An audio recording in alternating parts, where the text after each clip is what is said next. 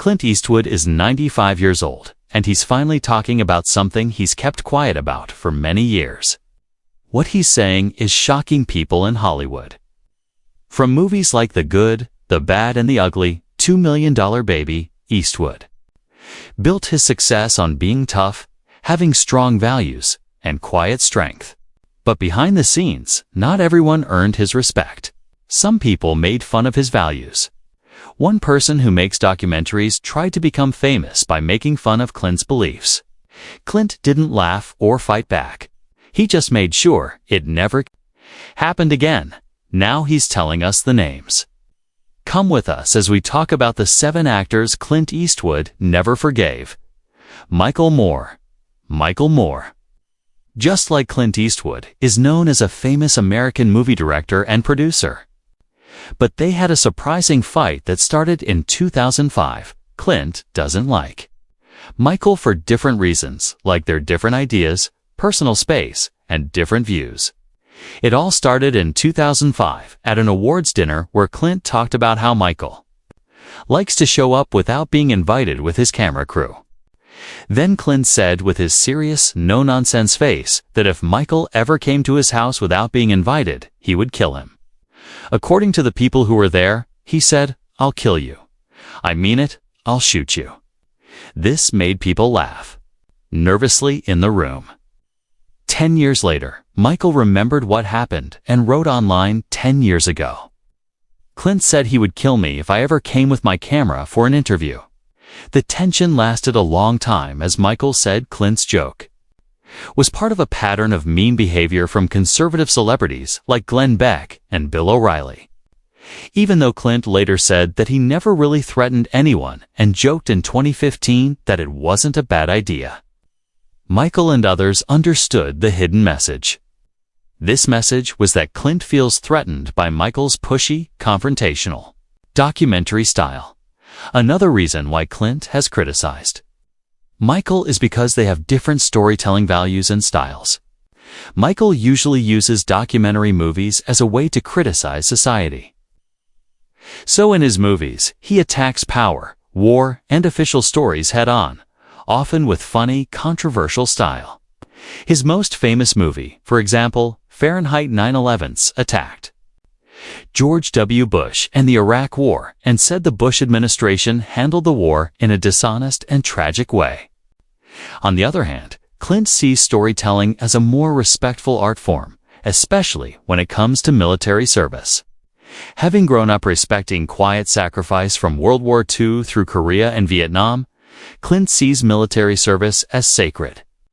For him, telling a story about war isn't about causing trouble, but about honoring real experiences. So when Michael's movie came out and showed us military leaders as manipulative or exploitative, Clint wasn't happy with it. In fact, the "I'll kill you" incident happened after Michael released Fahrenheit 9/11's and criticized the Bush administration while Clint's $1 Million Baby was being celebrated. It created a tense atmosphere between the two of them. But Michael Moore isn't the only famous actor that Clint Eastwood doesn't like because of their differences in storytelling. Spike Lee. Clint Eastwood has a pretty well-known feud with Spike Lee, especially because of their different ideas. It started in 2006 when Clint released Flags of Our Fathers as part of a 2-movie exploration of World War II's Battle of Iwo Jima.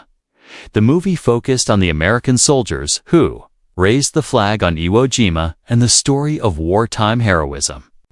However, Spike Lee, the famous actor, producer, director, and writer who usually explores race relations in his movies, argued that Clint didn't include the contributions of African-American Marines who fought and died during the battle.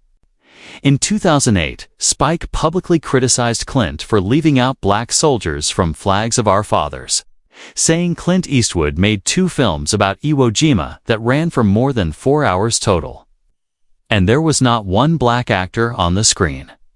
But Clint responded, saying the story is Flags of Our Fathers, the famous flag-raising picture, and they didn't do that. If I go ahead and put an African-American actor in there, people go, "This guy's lost his mind." I mean, it's not accurate. A guy like him should shut his face. Clint doubled down on his statement, saying, "I'm playing it the way I read it historically. And that's the way it is when I do a movie and it's 90% black like Bird, then I use 90% black people." Regardless of the explanation, Spike Lee refused to back down. He responded, saying Clint sounds like an angry old man, and said back, "The man is not my father, and we're not on a plantation either." He even offered to bring black veterans to confront Clint about the historical record and said I could assemble African-American men who fought at Iwo Jima, and I'd like him to tell these guys they did not exist. The dispute went beyond just one movie, as it spoke to a deeper, long-running issue in Hollywood's portrayal of black history. As the media buzz grew, Steven Spielberg, who was the producer on the Iwo Jima movies and also a friend of Spike, stepped in to cool things off. After private conversations, Spike told the reporters the feud had been ended, and he sent Clint a private screening copy of Miracle at St. Anna. They never made a movie together, and neither has publicly praised the other since. But did you know that Clint Eastwood also hates Leonardo DiCaprio, the actor who is loved by everyone? Leonardo DiCaprio ever since J. Edgar was released in 2011.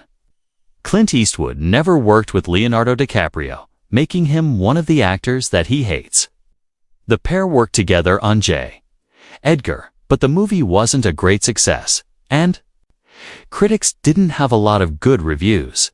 But the poor performance might be because of the tense atmosphere within the crew. One thing we can be sure of is that Leonardo and Clint didn't agree on things. Clint is known for his fast, simple shoot it and move-on style in directing, using few takes and trusting his instincts. But Leonardo is a celebrated method actor and focuses on deep character exploration. With their different artistic processes, it's not surprising that they found it hard to work together. According to Armie Hammer, who also starred in the movie, Leonardo asked for a retake after filming one scene, but Clint refused and called it a wrap, causing the atmosphere between them to get worse. Some even say that Clint walked off set and ignored him. In fact, there was one time that Armie thought he was still practicing since the script was still in his hand. But Clint was already recording with the camera and called it a first take, telling Armie that he would edit the script out of the shot another co-star in the movie. Judi Dench defended Clint's approach but also acknowledged the friction between them. Talking about Clint, she said he was very casual. "You only got one go at it." Due to the fast pace of the production, Clint could achieve his vision, but it strained Leonardo's thoughtful process, leading to tension. She also said Leo DiCaprio and I did a scene where I was in bed with some papers and things in front of me. No dialogue or anything. So he sat here and we were talking and everything, talking about everyday things. Then I said, "Are we going to do this scene?" And Leo said, "He's done it." That was it. He'd done it while we were sitting there. Judi didn't have any problems with Clint's form of directing, saying that it was heaven to finish on time, but Leonardo wasn't exactly pleased. Meanwhile, Leonardo had praised Clint for his efficiency and still said he never left the set wanting more. Despite saying this, the two of them have never worked together since then.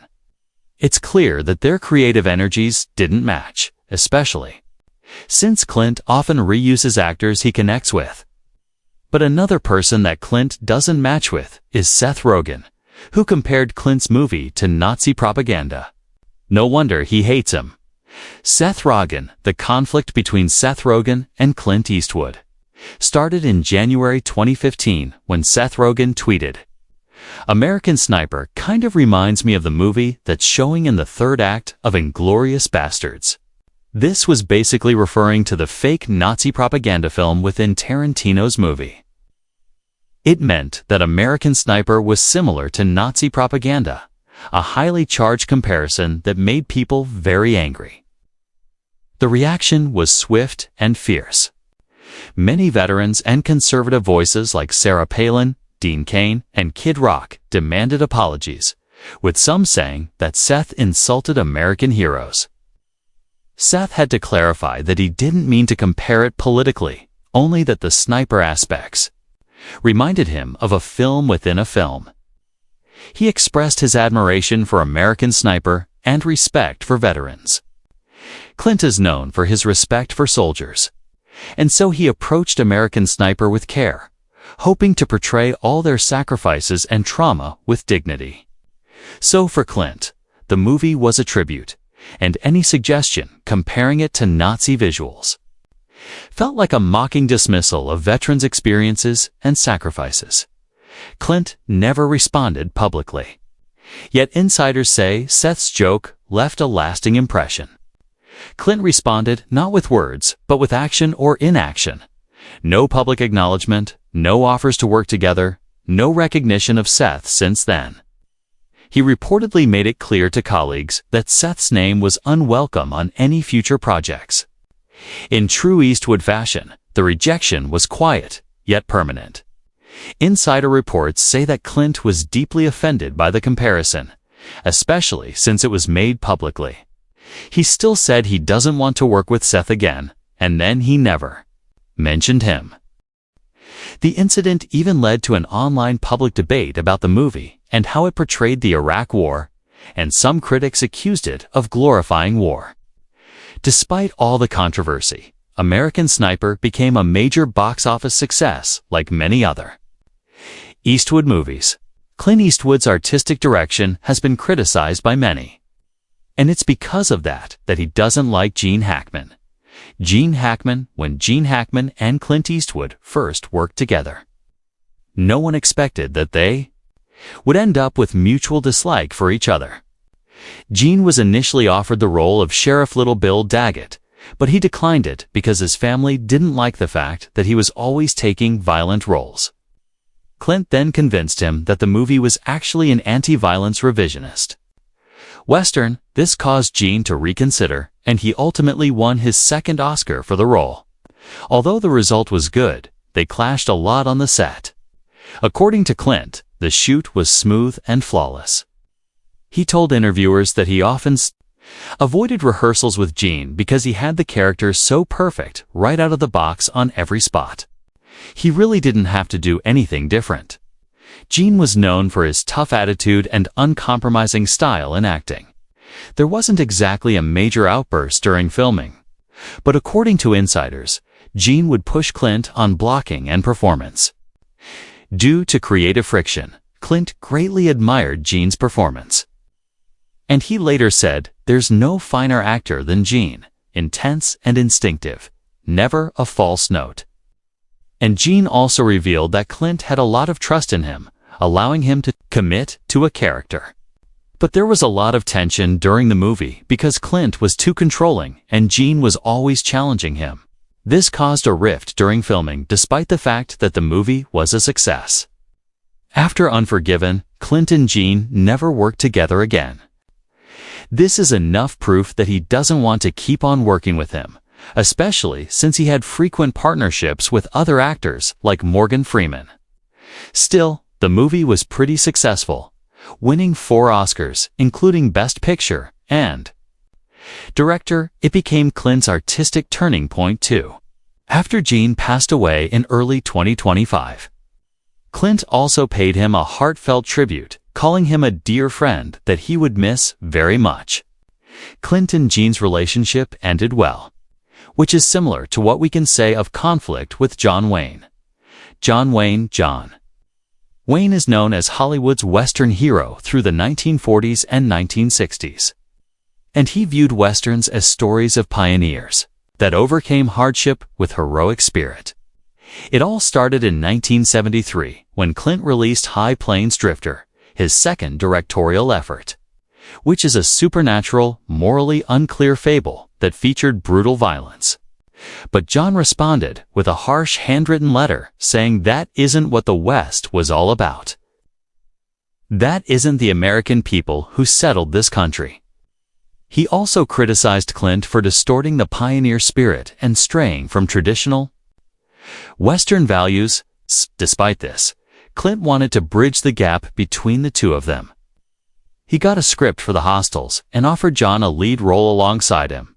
but John rejected the role not once, but twice.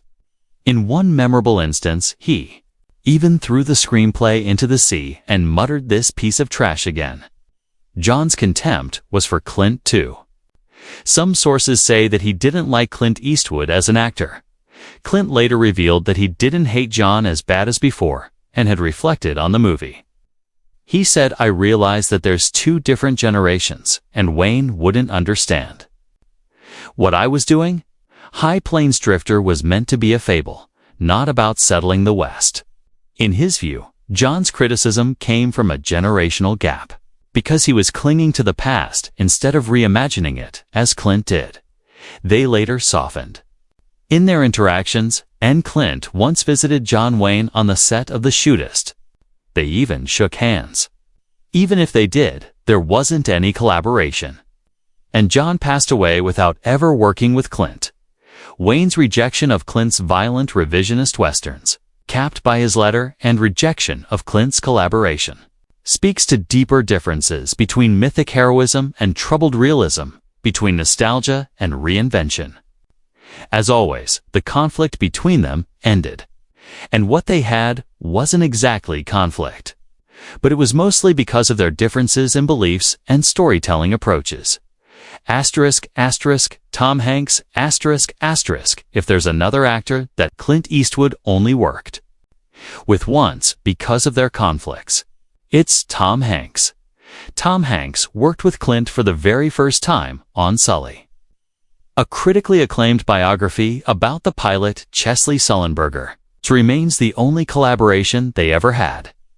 Tom Hanks is known as Hollywood's everyman, and he described Clint's directorial style as terse and commanding. He said he treats his actors like horses while referring to Clint's quiet go-ahead, and that's enough of that routine.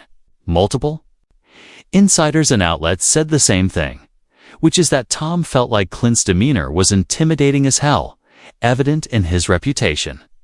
The two of them had different styles in acting and directing, which caused some tension during the filming of the movie. It also caused Clint to not have negative feelings for Tom Hanks.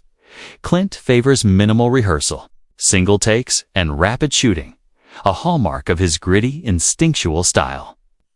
This contrasts with the deeply collaborative, multiple-take approaches that actors like Hanks may prefer, even if Hanks didn't personally push back on that dynamic. Although Tom Hanks felt a lot of pressure because of Clint's strict dictatorial style, he still had a lot of respect for him because he was a veteran in the field. He saw Clint as a director who understood actors, and he always knew when to let talent shine. In response, Clint admitted that Tom Hanks was efficient and professional. Their relationship wasn't publicly denounced, and there was no major conflict. But they never worked together beyond Sully. It's obvious that Tom Hanks couldn't handle Clint's rapid-fire, one-take method and his intimidating behavior. Clint Eastwood's approach to conflict at age 95. Clint Eastwood names the 7 actors that he hates, and everyone is paying attention to his approach to conflict, what some often call quiet eraser. He is known for having a low tolerance for nonsense and dislikes yelling, drama, and confusion on set. He prefers to keep an environment where all the actors feel good and are tension-free. When crossed, whether by disrespect or creative disagreement, Clint doesn't launch a public feud. He simply removes that person from his orbit. This hushed but deliberate distancing is his form of punishment. No tweets, no interviews, just silent eraser. Clint was raised before Hollywood's golden age, and so he came up tough and unfiltered. Patrick McGilligan, his biographer, notes that Eastwood was always the same man, firm in his convictions, more so as time went on.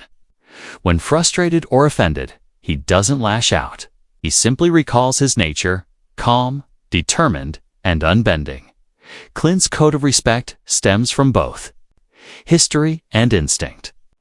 Critics have accused him of harsh treatment on set, but he has maintained long-term creative partnerships, like with cinematographers Bruce Surtees and Jack N. Green for decades, precisely by rewarding discipline, restraint, and dependability.